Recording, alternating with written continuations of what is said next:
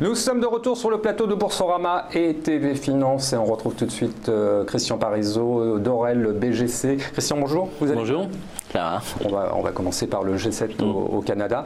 Votre impression? Ah, ça va être tendu, on va dire. Hein. Tout le monde le dit. Hein. Voilà. Je pense que M. Trump aura peut-être une réunion moins dure avec M. Kim Jong-un, avec la Corée du Nord, qu'avec le G6. Non, le fond du problème, il est toujours là et il reste. C'est ces négociations, cette guerre entre guillemets commerciale qui n'a pas vraiment lieu, mais on voit qu'il y a quand même des tensions très fortes.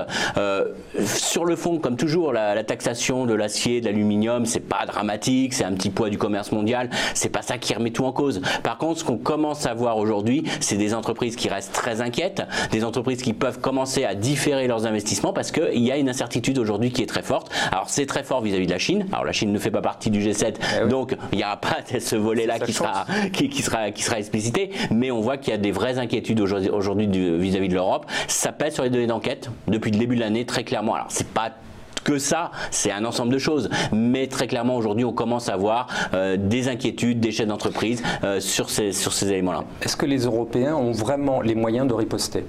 Alors, est-ce que c'est des effets d'annonce? Voilà, je pense que les Européens ont moyen de riposter s'ils sont unis. C'est ça tout le problème. On sentait les Allemands quand même très fébriles. Voilà, les Allemands sont fébriles parce qu'ils ont peur d'une chose, c'est l'industrie automobile, hein, c'est leur cœur. Et c'est vrai qu'on sait que M. Trump a fait de nombreux tweets en disant qu'il ne veut plus voir devant sa tour passer les voitures allemandes. Donc il y a véritablement, les Allemands sont au cœur du sujet. La seule force aujourd'hui qu'ont les Européens, c'est justement d'être unis, de dire vous n'avez pas discuté qu'avec les Allemands. Vous discutez avec l'ensemble de l'Europe. Et là, ça pose un problème à M. Trump parce qu'il est face à un marché quand même qui est important pour les États-Unis, parce qu'il raisonne. Alors, il raisonne toujours sur sa balance commerciale, mais il faut voir, c'est la balance des services. Oui. Et la balance des services reste très excédentaire aussi. Et dans la balance des services, il y a énormément de flux qui vont vers l'Europe, puisque aujourd'hui, les Américains, ils vendent plus de films finalement que de voitures à l'Europe. Mais ça reste important en termes de business. Ce qui explique que dernièrement, il y a des voix qui commencent à monter aux États-Unis. On a eu la dernière enquête qui est faite, alors là c'est que les entreprises du S&P 500, c'est les chefs d'entreprise du S&P 500 qui critiquaient quand même assez fortement cette politique commerciale de M. Trump, qui s'inquiétaient. Et ce qui était surtout intéressant dans cette enquête, alors qu'on a des enquêtes ISM, des enquêtes de court terme qui nous disent que tout va très bien aux États-Unis, on avait en termes de croissance,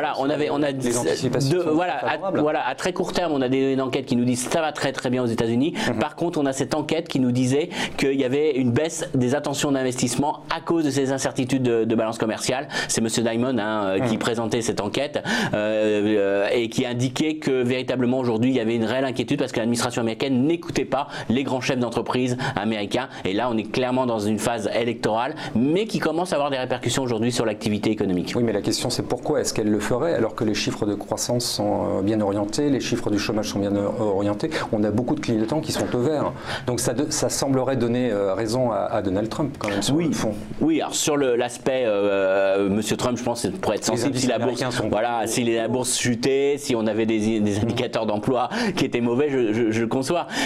Non, après, c'est quand même des éléments qui sont plutôt des freins sur les exportations. C'est plutôt des éléments qui pèsent sur la croissance mondiale et ça peut revenir en boomerang. Là, aujourd'hui, on a une économie américaine qui reste solide, en partie dynamisée par ces baisses d'impôts, liées aussi au fait qu'il y a quand même aujourd'hui peut-être un marché du travail qui est tendu et les Américains commencent à avoir des hausses de salaire, ça reste modéré, mais on commence à on commence à y voir. Vous savez qu'aujourd'hui les salaires des ménages non qualifiés progressent plus vite que les salaires des ingénieurs. Donc on a quand même ce mouvement qui est en train de s'opérer. Ça montre bien que c'est difficile de recruter aujourd'hui aux États-Unis et c'est peut-être ça qui sera peut-être le principal frein à l'économie américaine finalement. C'est le manque de personnel. C'est pas forcément la demande, un problème de l'économie. Parce qu'un comble. Voilà, ça serait peut-être un peu le problème. Mais cette économie intérieure est solide, mais derrière ces incertitudes internationales pourraient revenir en boomerang et pourraient peser surtout parce qu'entre un dollar fort qui pénalise la profitabilité des entreprises plus ces entraves finalement aux exportations, ça pourrait être des facteurs qui pourraient freiner l'économie américaine d'ici la fin d'année.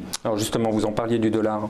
L'euro est en train de remonter. Quelle est la position du dollar? Qu'est-ce qu'il fait par rapport à ça? Alors il y a deux éléments. Il y a une logique, je dirais, politique monétaire et c'est vrai que les dernières déclarations de la BCE de dire je vais arrêter mon quantitative easing plus ou moins avant la fin de l'année, on verra. A priori, ça c'est un vrai soutien pour l'euro à court terme.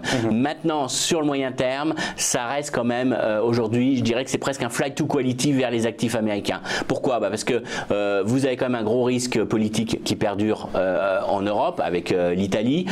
En termes de perspective, on voit que le ralentissement est beaucoup plus marqué en Europe qu'aux États-Unis. On le disait, hein, l'économie, donc le décalage conjoncturel est beaucoup plus favorable. Et puis on commence à avoir des doutes sur les émergents. On l'a vu, bon, il y a eu hier quand même un petit coup de tabac sur la bourse du Brésil parce qu'il y a beaucoup d'inquiétudes politiques, mais on a la Turquie qui commence aussi à avoir des problèmes. On voit qu'il y a quand même pas mal d'incertitudes autour de ces émergents et en général, ça c'est très bon pour le dollar puisqu'on a les sorties de capitaux qui vont vers le dollar et a priori la baisse des taux hier sur le marché américain, sur le marché obligataire, c'était des flux qui venaient des émergents qui se réinvestissaient sur la dette américaine qui est entre guillemets plus sûre pour l'instant dans ces périodes de risque. Donc c'est vrai qu'aujourd'hui, je dirais un dollar fort, ça reste quand même une vraie thématique, même s'il y a un petit coup là de remontée de l'euro, voilà, faut le relativiser, mais ça reste un élément parce que c'est un peu une côté protection avec peut-être le secteur qui est aussi joué un peu comme, alors c'est difficile de dire ça, mais c'est les technos qui sont un peu les valeurs de refuge entre guillemets. Pourquoi? Parce que ce sont des valeurs à forte croissance qui subiront moins peut-être un éventuel ralentissement de l'économie mondiale parce qu'ils sont sur des technologies qui se développent et on a vu aujourd'hui que l'investissement des entreprises, là où c'était fort, c'était dans le secteur technologique. C'est-à-dire que les entreprises n'ont pas énormément augmenté leurs investissements. S'il y a de l'incertitude sur l'environnement international, elles vont peut-être même un peu réduire leurs investissements, mais la partie technologique pourrait très bien résister et donc c'est pour ça qu'on a aujourd'hui un peu ce flight to quality, cette recherche de la qualité et je pense que c'est un effet dollar. Et puis dernier élément qui est quand même important, la Fed va monter ses taux la semaine prochaine et ça commence à devenir intéressant d'avoir du monétaire en dollars. Tout bêtement, faut pas l'oublier aujourd'hui, c'est qu'on a du rendement en dollars maintenant. On va commencer à avoir en fourchette haute du 2% de rendement en dollars. Ça commence à être attrayant, je pense aujourd'hui, ça peut attirer certains investisseurs parce que si je vous dis dans les 6 prochains mois qu'est-ce qui va se passer, vous allez dire je vais peut-être un peu augmenter ma poche monétaire. C'est pas intéressant de le faire en euros, mais en dollars ça devient attractif. Vous avez parlé d'Italie tout à l'heure, on s'est fait un petit peu peur la semaine dernière. Est-ce que les choses sont rentrées dans l'ordre? Alors, oui et non, c'est-à-dire qu'on n'est pas dans les scénarios, élections et tout ça, mais on est quand même sur une très très forte incertitude. Alors c'est vrai que quand on regarde les marchés, on va se dire c'est bon, ça a été très court terme, très ponctuel. Maintenant, il y a quand même des vraies inquiétudes aujourd'hui sur le secteur bancaire qui reste quand même avec d'importantes créances douteuses et qu'il va falloir restructurer. Et ça va être dur de restructurer ce secteur bancaire aujourd'hui, mettre au pot alors qu'on a un gouvernement qui est plutôt là pour relancer l'économie, faire des déficits publics. Donc il y a ce risque bancaire qui reste très présent sur les marchés, qui est très visible aujourd'hui. Sur la dette bancaire, aujourd'hui on est encore sur des niveaux assez élevés, donc on voit qu'on a cette inquiétude qui persiste. Donc il y a toujours cette inquiétude du côté des banques italiennes, et puis on est sur une incertitude complète de ce que fera réellement ce gouvernement. Alors le marché a peut-être aujourd'hui joue peut-être l'idée qu'il va pas faire grand chose parce qu'il veut rester dans l'euro, donc qui dit rester dans l'euro dit on applique les contraintes européennes, mais alors nous notre sentiment c'est que ça va être une vraie source de volatilité encore dans les prochains mois, qu'on est face à quand même à des parties. Alors, oui, en tant qu'intermédiaire, oui. Mais par contre, il faut faire. Pourquoi? Ça veut dire qu'il faut surtout être très prudent sur la dette italienne. Je sais qu'il y a la recherche de rendement. Dès que ça s'écarte un peu, on se dit ça y est, il y a du rendement en Italie, est-ce qu'il faut y aller? Voilà, c'était intéressant. Mais nous, on reste quand même assez prudent parce que cette rentabilité, finalement, va rester, elle va rester plus élevée, mais elle traduira un risque réel beaucoup plus élevé. Surtout si ça intervient à un moment où on a l'impression que la BCE n'est pas forcément là pour sauver l'Italie, quoi qu'il arrive. Et donc, je pense qu'on est encore sur des dettes assez volatiles dans les prochains mois. Donc attention, ce risque italien ne doit pas être enterré. Justement, les obligations privées bancaires italiennes, ça peut être intéressant ou pas? Ou c'est vraiment trop risqué? Alors, moi, il y a un super spread là. Alors oui, il y a du rendement, c'est clair, mais c'est vraiment le secteur et vous optimisez votre risque, on va dire. Vous optimisez votre risque italien. Donc à vous de voir, mais je pense qu'aujourd'hui, c'est vrai qu'on n'a pas de visibilité du tout sur la politique économique de l'Italie. Et puis je pense que c'est déjà miraculeux en 2 mots qu'il y ait un gouvernement. Oui, c'est déjà quelque chose. Mais qu'est-ce qu'il va faire? Qu'est-ce qu'il va faire pratiquement? Et puis derrière, je pense qu'il va y avoir quand même des mauvais chiffres au niveau de l'économie italienne parce que c'est pas un environnement favorable à l'investissement aux entreprises italiennes. Donc on aura encore une économie italienne qui va pas forcément profiter du cycle mondial. Donc dans une phase de ralentissement européen, ça va être une économie qui risque un petit peu d'être beaucoup plus pénalisée que le reste de l'Europe. 2 mots pour terminer rapidement sur le pétrole. Quelle est votre position? Il y a eu une forte tension, c'est en train de se calmer maintenant. Je dirais qu'aujourd'hui il y a un point haut. Clairement, je pense qu'il y a un élément qui a changé en quelques phrases, comme toujours, c'est le fait qu'aujourd'hui, l'OPEP dit clairement on ne va pas aller vers un pétrole à 100 $. Parce que si on va à 100 $, on va affaiblir l'économie mondiale. Ce qu'on va gagner en prix, on va le perdre énormément en vendant le nombre de barils. Donc je pense qu'il y a clairement aujourd'hui, on va dire, on ne va pas aller beaucoup plus haut. Aller beaucoup plus bas, c'est difficile aussi parce qu'on a quand même une demande qui reste là, qui est toujours forte. On a une croissance économique, elle est encore là. La croissance, même si elle ralentit un petit peu, elle est encore là.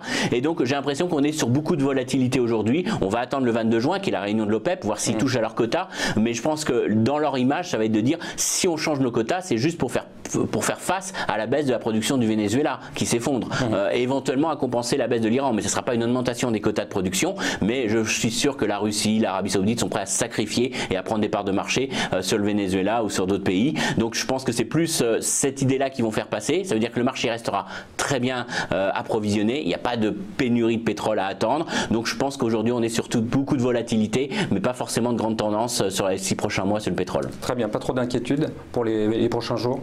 Alors, les prochains jours, il faut quand même observer essentiellement des éléments de politique économique, toutes ces discussions. Je vous rappelle que c'est pas réglé avec la Chine, ça reste un élément central et important. Je sais qu'on espère que ça soit rapidement résolu, donc ça reste un facteur. Et puis suivre les discours des banquiers centraux, ça sera la semaine prochaine, les gros market movers, savoir est-ce que la Fed commence à parler d'une pause pour 2019, est-ce qu'elle va encore remonter le nombre de fois qu'elle compte remonter cette année, puis ce que va faire la BCE de son côté au niveau du quantitative easing. Plateau pour en parler. Christian Parizeau, en tout cas c'était un grand plaisir de vous écouter. Merci beaucoup.